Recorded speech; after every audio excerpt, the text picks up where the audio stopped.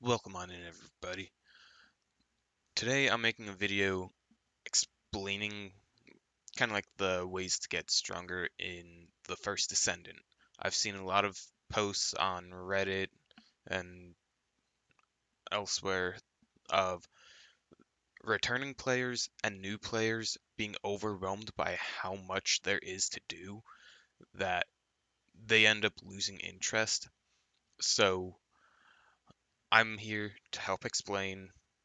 And if there are any veteran players that have stuck around long enough to actually understand all of the mechanics, I know I'm not the best player, so please stick around, watch the video, and leave a comment so that hopefully new players and returning players that are confused can understand and know how to make a better character weapon build.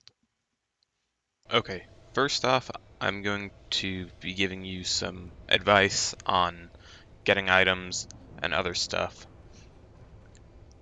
Uh, the First Descendant always has some sort of event going on, like this here, the Axion Plains Breakthrough. You literally just log in 28 days. We started with like 60 days, and as you can see, I'm already almost done with it.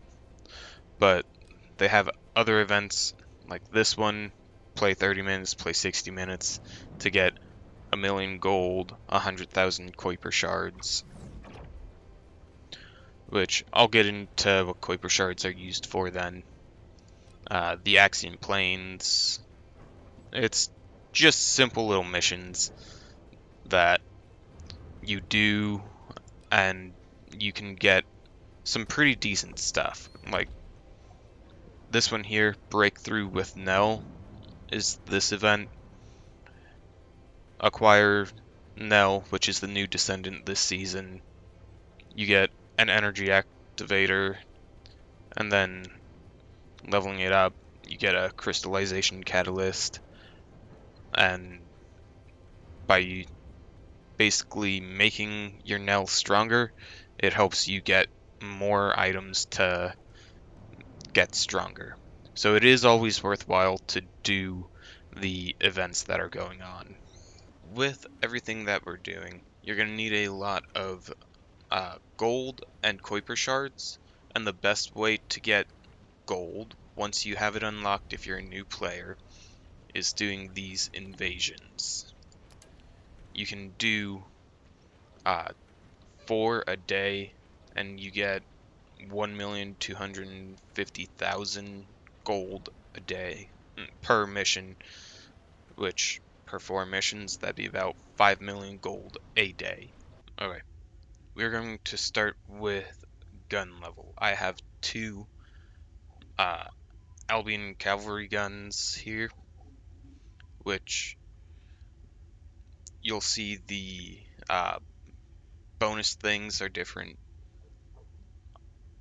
where underneath the fire rate, how it says firearm attack, multi-hit chance, firearm critical hit rate, and multi-hit damage on this one. That is all stuff that gets factored in, but as a base DPS, the level of your gun does matter. As you can see, this one here is only level 1, and it only has a DPS of 283. Meanwhile, this one is level 100, which is 123,232 DPS. And the level, you can see it in the bottom corner here, or in the top left next to the name in the pop-up screen. So the level of the gun does matter. In order to change a gun's level, you have to come down here to the weapon workbench, which is right here, directly to the right of Deslin, and select weapon level transmission. You select the level the weapon that you want, and in the later difficulties, all of the guns you get are automatically level 100. So you grab one of the level 100s, and you need the precision phase exchanger to upgrade a uh, ultimate weapon, which it only takes one to upgrade it.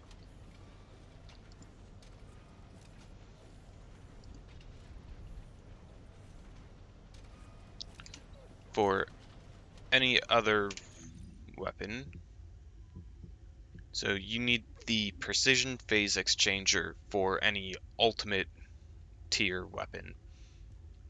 All of the tiers below that, you just need the normal phase exchanger in order to upgrade its level.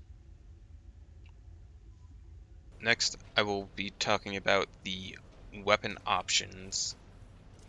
You come here to weapon readjustment, which you can only do this on the rare and ultimate weapons. I will continue to use my Albion gun to show you,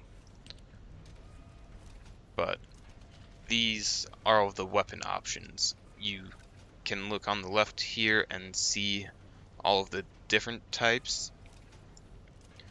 You need one fine adjustment control axis to change all four. If you lock one, you then need two. If you lock two of them, you then need five. If you lock three out of the four, you then need 20 of them. But all of these are gray, so I'm just gonna use one right now. But these affect stuff like your firearm attack, your multi-hit chance, firearm critical hit rate, multi-hit damage. There's also stuff like increasing the fire attack, chill attack, electric attack, and toxic attack of weapons, which are useful for certain guns. You can also have it where it increases the rounds per magazine. You can have it do more damage against specific types of enemies. Me personally, I try to avoid the bonus firearm attack against these three. If I'm using a character that I have set up strictly for defeating a Colossus, I will have a gun with bonus firearm attack on the Colossus if that character is gun heavy. But we'll roll this once, and as you can see, there's a purple, a blue, a purple, gold, and before I rolled it, they were gray. Gold is the best out of them, so say I want to keep this one, but I want to try and get gold in all the others. I would just roll again. No other golds, so I will roll again. Still none. The RNG of this can be very annoying, but as you can see, I have a lot of the material to make these, so all it's going to take is time for them to actually be crafted, and while they're crafting, I can go out and farm more of the material for this item specifically.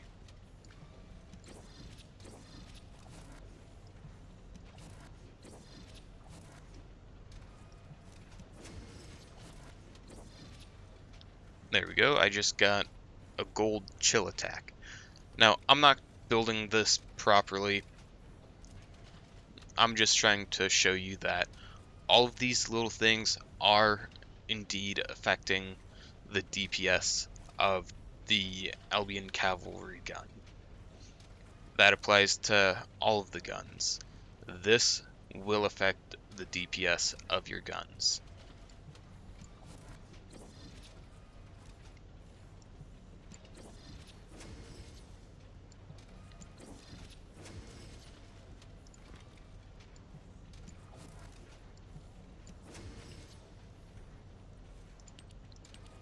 There we go. I have 4 golden options, and that gave a major boost to my DPS. Next, I will be talking about the unique ability of certain guns. In order to get a better unique ability, you come to the same spot as before, the weapon workbench, go to enhance unique ability, and the only guns that have unique abilities are the ultimate tier weapons. And in order to increase the unique ability, you have to have 2 of the same gun and combine it. You can combine it a total of 4 times. So if you're going to be trying to max this out, you're going to want to make 5 of the same gun. That way you have 1 that the other 4 are being put into so that it amplifies it. And this here, you can see that it is getting a increase to firearm critical hit rate,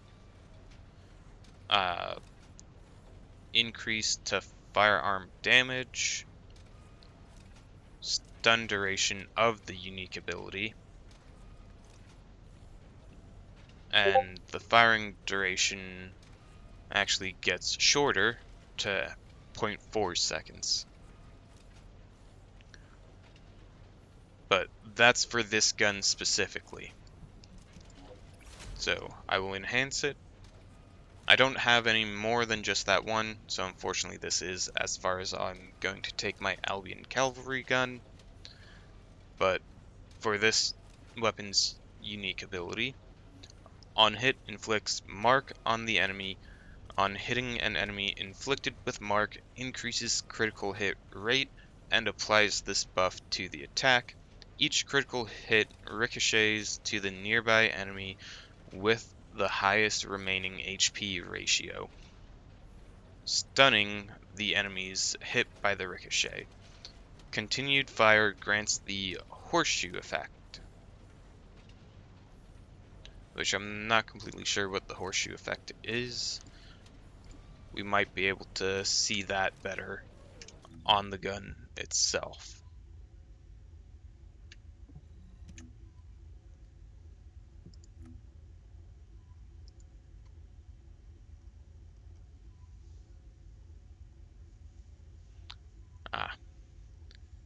So horseshoe is what grants you this.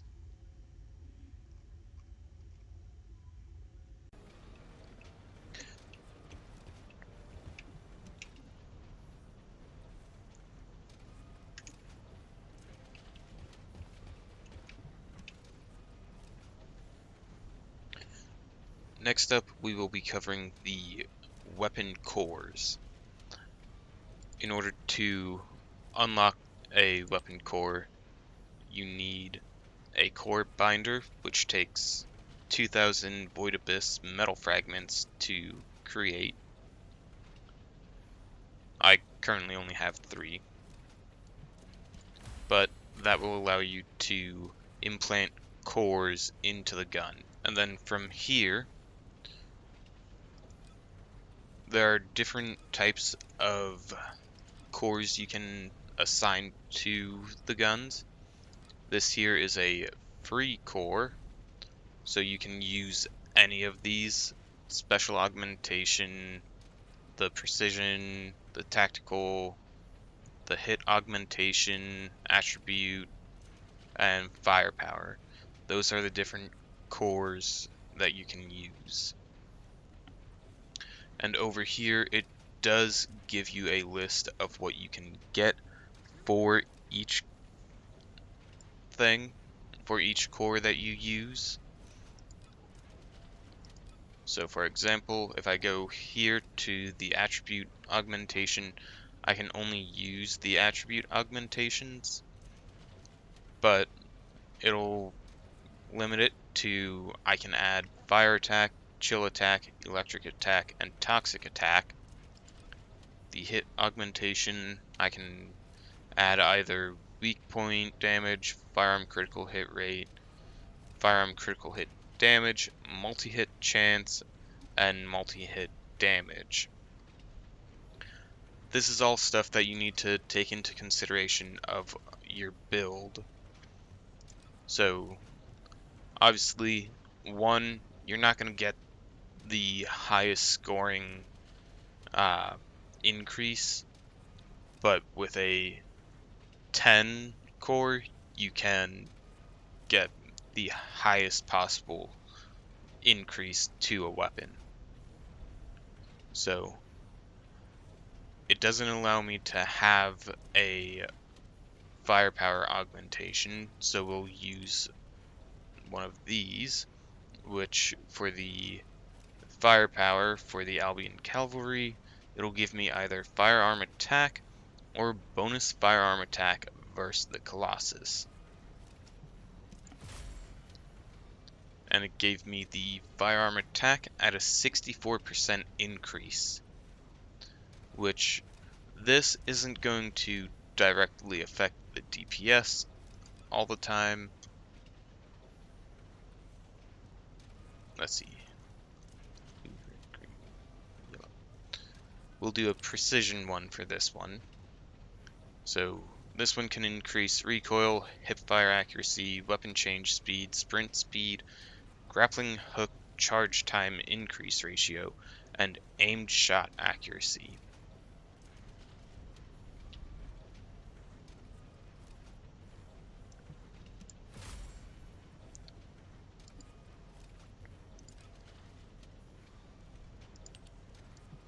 I'm just gonna quickly go through these, not really giving too much mind to it.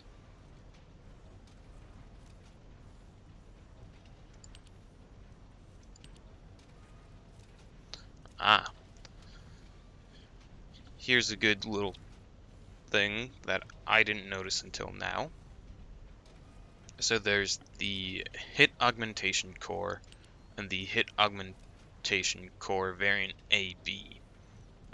So this one, you have a chance at weak point damage, firearm critical hit rate, firearm critical hit damage.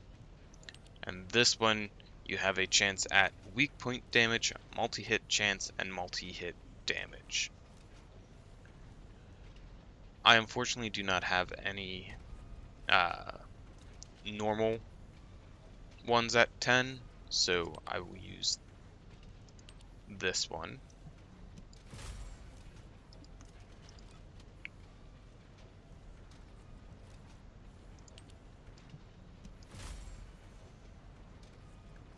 Okay, as you can see, it did not increase the DPS, but all of this does get factored in when you actually use the gun.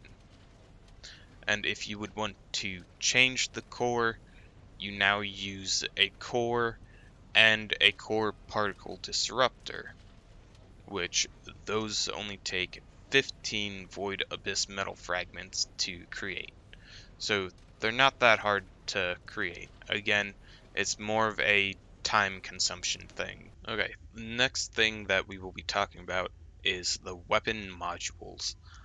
I currently have all of the modules unlocked myself, but there are modules that are reserved for hard mode, so new players, if you find a guide for a build that says you need this module but you can't find it, there is a library here that you can search said module. Let's go for a gold one because those are typically in the hard zones only.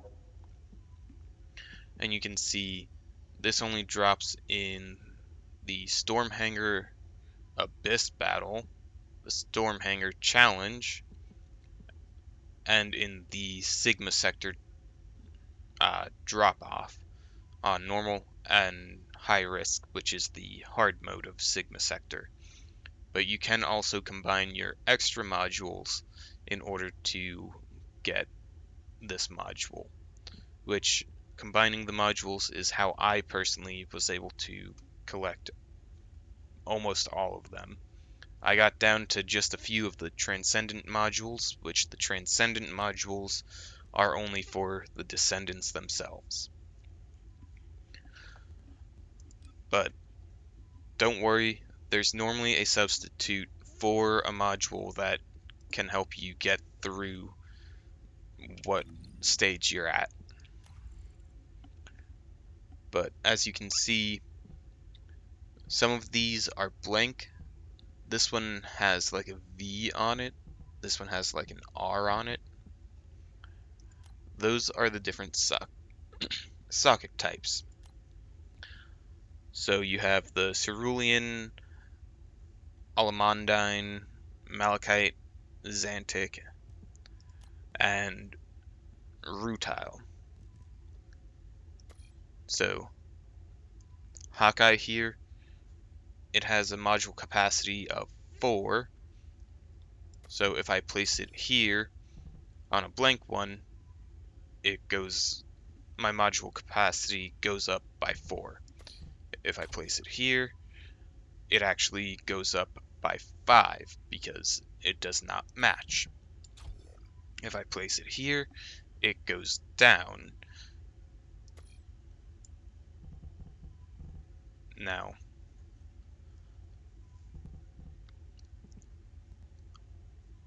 if you don't have a build, you can come here and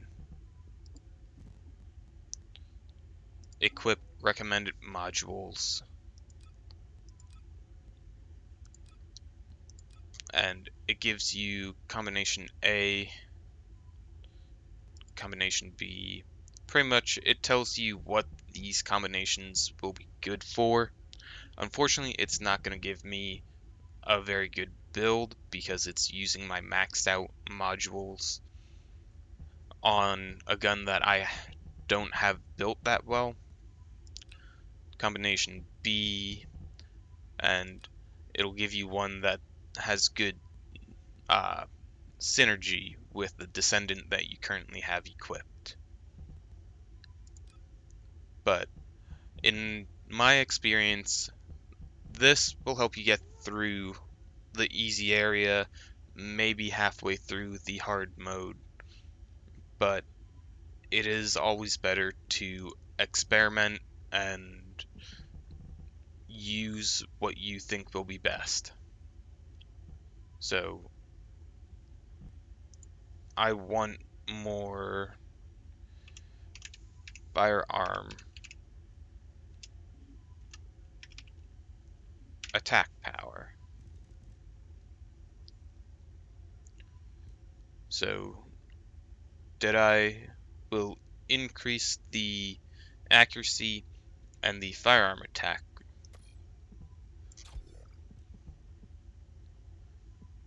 Let's see, do I have any that are a V? I do. Edging shot increases firearm critical hit rate and firearm attack. So I will put that one there. Or it decreases firearm attack. That is my fault. I read that completely wrong. But as you can see, we are increasing and decreasing our DPS. Right now, we're actually losing because I added the edging shot. But let's swap that out for marksman. And now we are gaining. As you can see, if you needed firearm critical hit rate, but we're going to lose firearm attack, the firearm attack is here. You just lose out on a little extra firearm critical hit rate.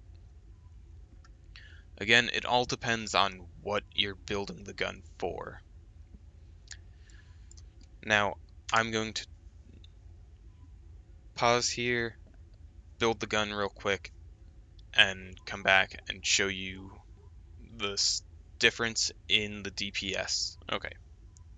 Now, I have built this so that it has some extra DPS, As you can see, all of these modules have not been upgraded at all, which you can see to the left of each module of these little tick marks. Each one is an upgraded version of it.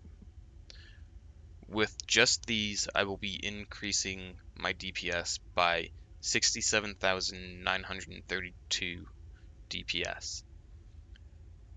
It shows on the side here because I have not hit save yet. Once I hit save, it combines into it, showing you your new total. Now, I can use an energy activator to increase my max module capacity on this gun, and it now brings me up to 80 as my module capacity. So I can now come here, since I personally have some stuff upgraded already. I will look. Okay, so I don't have an upgraded Hawkeye. Do I have an upgraded Marksman? I do not. But that is perfect for what I'm going to show you next. So, when you want to increase your modules, you come over to Cillian, interact with him, and select Enhance Module. Here, you can select all, and it'll show you all of your modules overall. Just the Descendant that you have equipped, or just the 3 weapons that you have equipped. So I will be increasing the Hawkeye, which I have the gold and Kuiper shards to do this. In order to get Hawkeye up to a level 10 module, I need 103,100 Kuiper shards and then 1,031,000 gold. Which, if you look right here, you can see if I click off of it, it shows me that I'm at 49 out of 80 for the module capacity. Say I want to increase this one. Each tick is going to add up. But say I want to increase the Hawkeye because I have the green there. Every 2 is 1 module capacity increase. So we will increase these 2 only.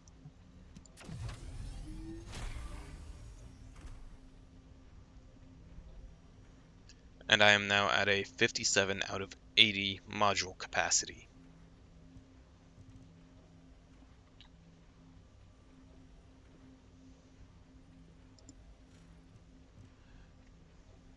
And in order to combine modules, as I said before, to try and get more modules, you come over to Cillian and you hit combine modules.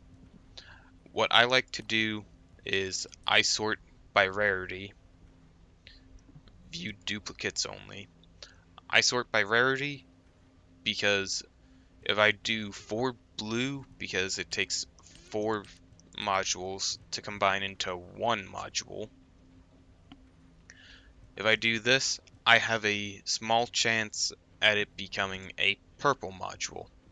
So I will show all duplicate modules, select all duplicates, and if I don't have enough, it'll select everything except what I don't have enough for. I will combine those. I got 4 blue. So I will combine them again, and I got a purple one. So now I go to purple, and I do the same thing.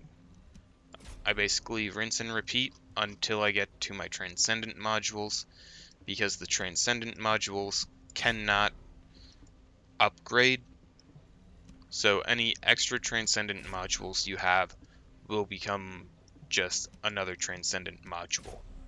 And if at any point you are short on Kuiper shards, a fast way of getting some Kuiper shards, if you're in a pinch, you can come here and just select duplicate modules, which there are 75 duplicate modules that I have, and I will be getting 154,200 Kuiper shards for that.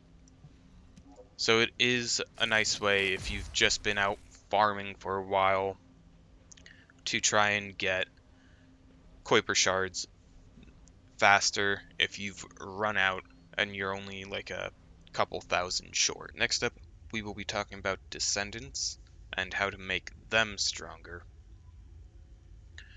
And for that, I will be using Ines because I just recently got her. She's level 1. I have nothing added to her whatsoever, but these are currently her stats at level 1. She has 3,281 health, 49 max shield, 5,583 defense, and then the stat uh, resistances are typically about the same for the Descendants. They just tend to have a higher resistance in their own stat versus the other stats. And then there's also the subcategory here, which is their sub attack, movement speed while firing, movement speed while aiming, sprint speed, MP recovery out of combat, shield recovery, all of this good stuff. Which all of this can be affected by level of the Descendant and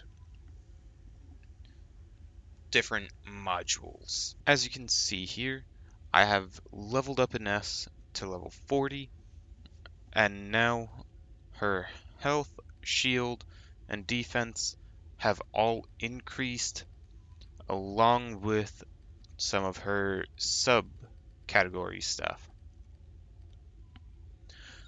So leveling your Descendant from level 1 to level 40 obviously will increase the Descendant's power. Now, we will be getting into the Descendant modules, which, as you can see, I'm in setting 2, so that I can show you a blank screen. No applied values. This is what she's like, completely bare of modules. But I started making a build for her. I am nowhere near being done yet, but with every module you add, it does make the Descendant stronger. Now, the things you want to look out for when you're making a build for a Descendant is what are the skills of that Descendant. So Ines has electric and tech type skills, electric and tech, electric tech, electric tech, which I believe these two are being changed. If we come over here, yes, it is. So no modules on her. It's electric and singular, then electric and tech, electric singular, electric tech. But her module here, Time of the Hunting Hounds, changes these two from being a singular type to a tech type. Now, my recommendation is always to have some sort of health module, because you're gonna need the health. Trust me on that. But other than that, for Ines, I have focus on electric, electric amplification, focus on tech, tech amplification, Those are all going to be increasing the power of her moves. The skill expansion and the maximize range, those will be increasing the area of what her fourth ability hits.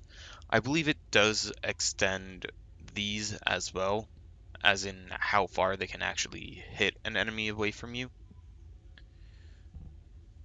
Nimble Fingers is to help with skill cooldown, and the MP conversion is to help uh, with skill cooldown, and it actually does decrease my MP. But the MP collector is meant to help me gain that MP back so that I can keep on using her. Now, I made this build going off of a Freyna build that I did. I do not know how well it's going to work out because, again, I am not completely done with it. But if you would like, if you have an S, you can copy my build. It doesn't matter to me. I'm here to help y'all out. But I'm going to point out something. So these four weren't didn't have the R, M, V, C. Only the R and the C were here. I'm pretty sure that's how that worked. I might be wrong, and it might be the other way. The M and the V were here. But normally when you get a Descendant, they will have socket types on 2 of their module slots already. But from there, we are going to get into crystallization. Okay. I'm going to lump the energy activator and crystallization into one real quick explanation. You go into the module additional settings, max capacity up, and this is where you would use a energy activator to increase your max module capacity, which is 80 for me, which is really all you ever truly need. I have never seen anyone say that they needed more than the 80, but onto the crystallization catalyst, it will,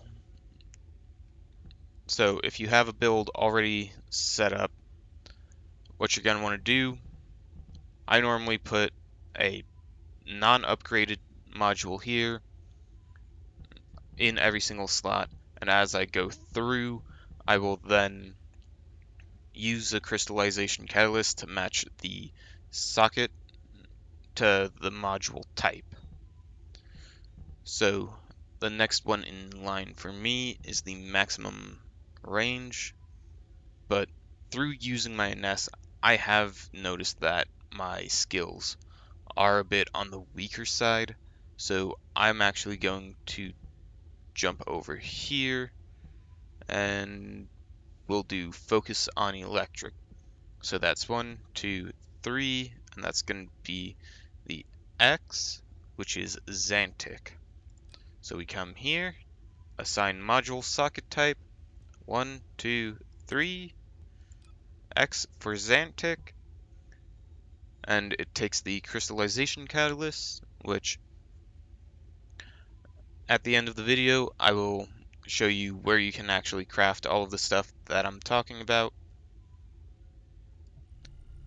You do that, and you'll notice that I went from level 40 all the way down to level 1. Whenever you use a crystallization catalyst, it takes you from max level down to level 1. And you can only use a crystallization catalyst when you are at level 40. But with how much there is in the game, it is pretty easy to actually level up your Descendant really fast. Not to mention, with all of the different events that go on, you're liable to get stuff that can level a Descendant from level 1 to 40. You can get uh, experience boosts and all that. So it is a grind, but it isn't that much of a grind in the end. The next thing we will be covering is the inversion reinforcement, which most of it carries over from the previous season. I believe that is due to maps. These maps having iron particle collection quests. These never reset. As you can see, I still have that one there, but I have all of these other ones completed. So starting out on Ines, as I've been using, you can see you need 1 to unlock the second one, you need to unlock 3 to unlock the third in a row, and 5 to unlock the fourth. Me being at level 30, I can unlock all of these without there being an issue. So I'm going to go ahead and unlock all of them. So when you have a row completed, the fifth one in the row at the very end, you see how they are all highlighted green. Those all become active. So these, as soon as you open up a row completely, it becomes active. You can only have 3 out of all of the other ones active as well. And that what you use all depends on your character, what weapon you're using. The seasonal one always changes to fit what's new to that season. So, for example, this one here is just a increased chance of getting a multi-hit.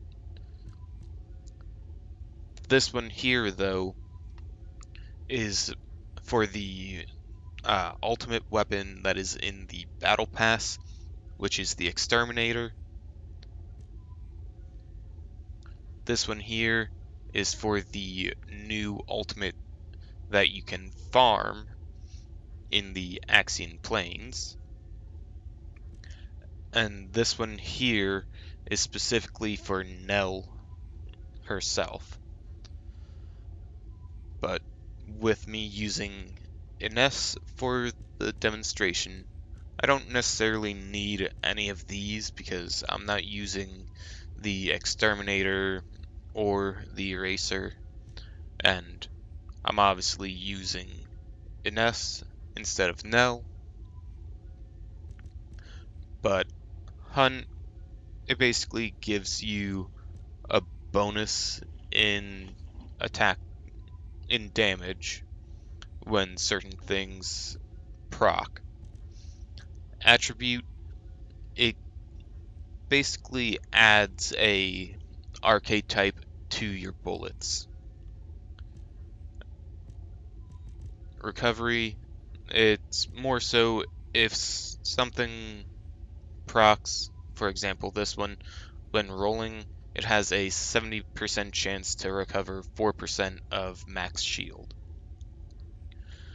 You can basically go with recovering to help keep yourself alive a little bit longer.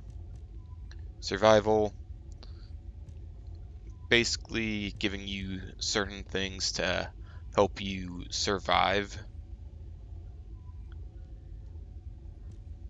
Uh, like pain suppression, when your HP is 50% or lower, it grants pain suppression which pain suppression increases your max HP by 11.7% for 15 seconds. So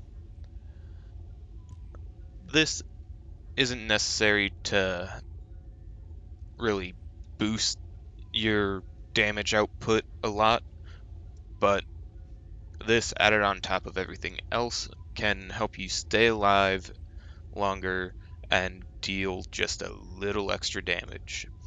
So it is worth reaching level 30, but I wouldn't personally focus on the inversion reinforcement level. Next, we will be talking about the RK tuning, or your RK tree. With this, every time you level up your RK factor, you'll be getting a point in RK tuning, which there are many different paths that you can take, each giving you different uh, buffs and whatnot else. For Ines, I'm focusing more on her skill power. So my plan for Ines is going to be going over this way, because all four of these give me a enhanced skill power. These three give me reduced skill cost, another skill power increase, skill effect range increase for these three, then increased skill power, and this one here also increases skill power. The golden ones cost 5 RK tuning points. The purple ones and blue ones all only cost 1. But within this, I plan on shooting up the center then to hit the uh, skill cooldown up here, so that her fourth move can recharge faster. Same thing with her first move. But then I plan on shooting up the side and unlocking the mutant cell, which I can then put this on, because uh, the electric cohesion, when defeating an enemy, has a chance to grant electric cohesion to self. So it has a 50% trigger rate, it lasts for 10 seconds, it has a max stack of 3, and it gives me a 6.4% boost to my electric skill power, and that's per stack. So I would end up with about 19.2, I believe, percent increase to my electric skill power if I get all 3 stacks. This arcade tree that we are looking at now is an example of my Freyna build, which I have completely filled out. I have her set so that it is all an increase in skill power, skill effect range, and the skill cost. And as you can see with the path I took, I had 4 extra, so I just put that over here for the MP, for increasing my MP, and then 2 more for skill critical hit rate. Basically, I would recommend putting time and effort into maxing out your unique RK factor, because this here will definitely give you a major boost in your power. For example, with the path I took, my skill power is being increased by 2,483.391. So I'm getting a nice boost in my skill power just from the arcade tree. Finally, we are going to be talking about the reactors and external components. The reactor, we are currently looking at my Freyna build. because she's the only one that I actually have put any actual time into with farming reactors and external components. But as you can see, the optimization conditions, this reactor was originally just the assault rifle weapon class mount, so whenever I was holding an assault rifle, that's when the skill power boost ratio would actually be activated. But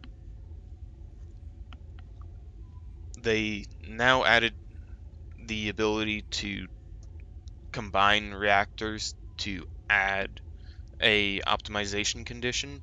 So I added the tactical rifle weapon class mounted condition because I am working on a secret garden build for my Freyna, but with this I'm getting a toxic skill boost and a tech skill boost, and this is going to be the most farming that you'll probably have to do unless you get very lucky.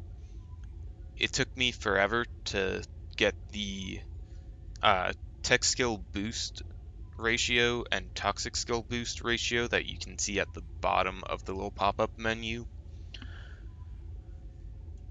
because those two, it's random what you get, and I've been farming for those two specifically just so that I can have even more damage output. I'm going to show you a little cheat sheet on helping you farm certain reactors faster.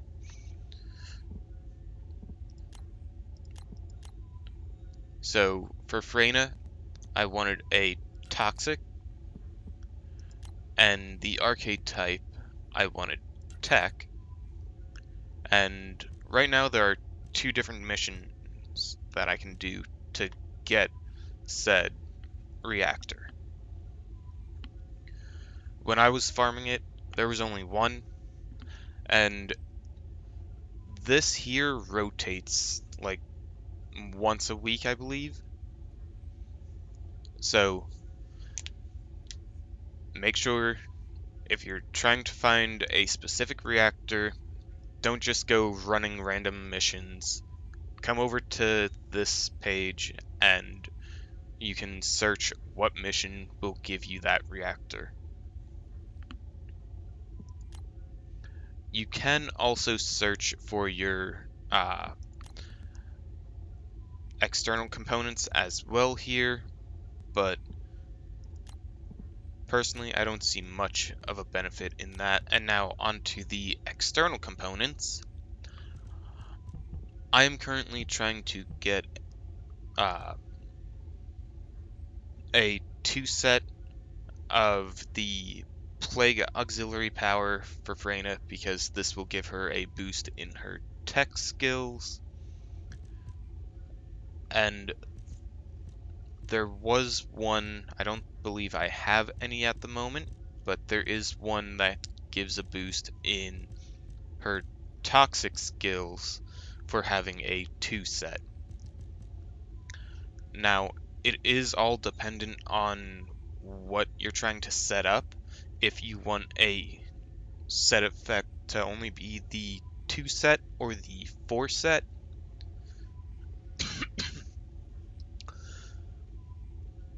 personally, with Freyna, I'm going more for skill damage than helping me out with weapon damage.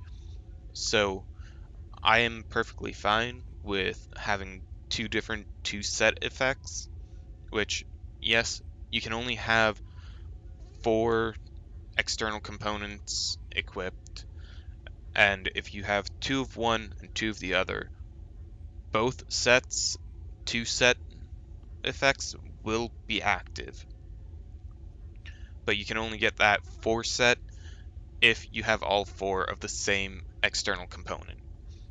Now, for those of you that are just starting out, you're probably not going to have reactors like these. Your reactors are probably only going to have the MP recovery out of combat, module drop rate increase, something along those lines. It's not going to have a set effect. But if you are trying to find a specific set effect, there is a way to help you so that you're not having to run around and find everything just randomly. If you come over to the library and go into the external components, what I like to do, since I'm looking for a specific set, I will look at only one of these. That way I don't have to go through auxiliary power, or sensor, memory, and processor. I can look at one type of external component because the set effect goes across all of them. But here you can look at all of these and you can still see the set effect. As you can see, I have all of them unlocked, but I don't have all of them in my inventory or in my storage unit.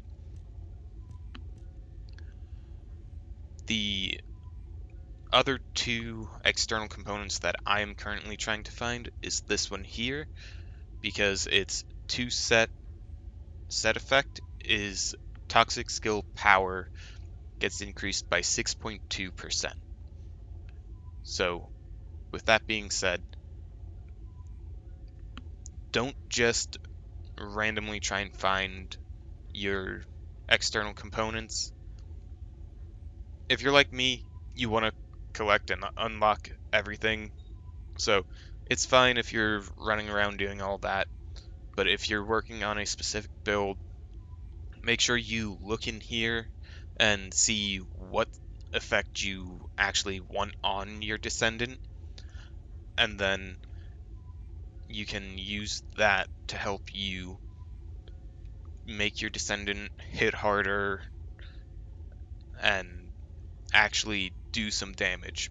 Because the newest area, the Axian Plains, even with my Freyna as strong as she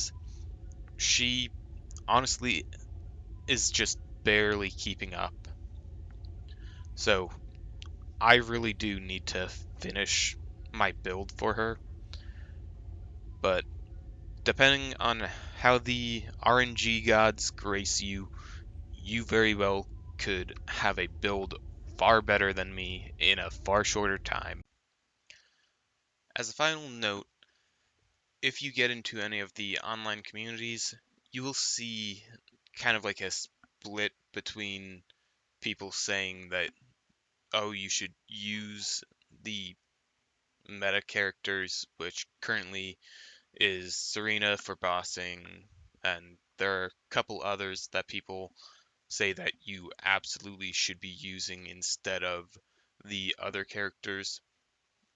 Keep in mind, this is a game, play it however you want, but I'm just hoping that by making and posting this video, it helps a lot of you that are struggling to actually do damage and enjoy the game. I hope it helps you to build a stronger character and get on your way. And to any of the veterans that have stuck through this video, I thank you. Please make sure you leave a comment down below to help new people out. If someone's struggling with something, I hope you help give them advice.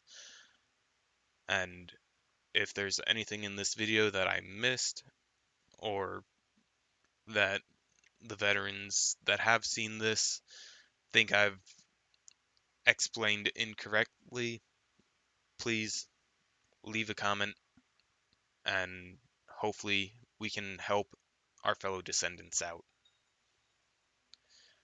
But I have been HP Life, and I will catch you all in the next video.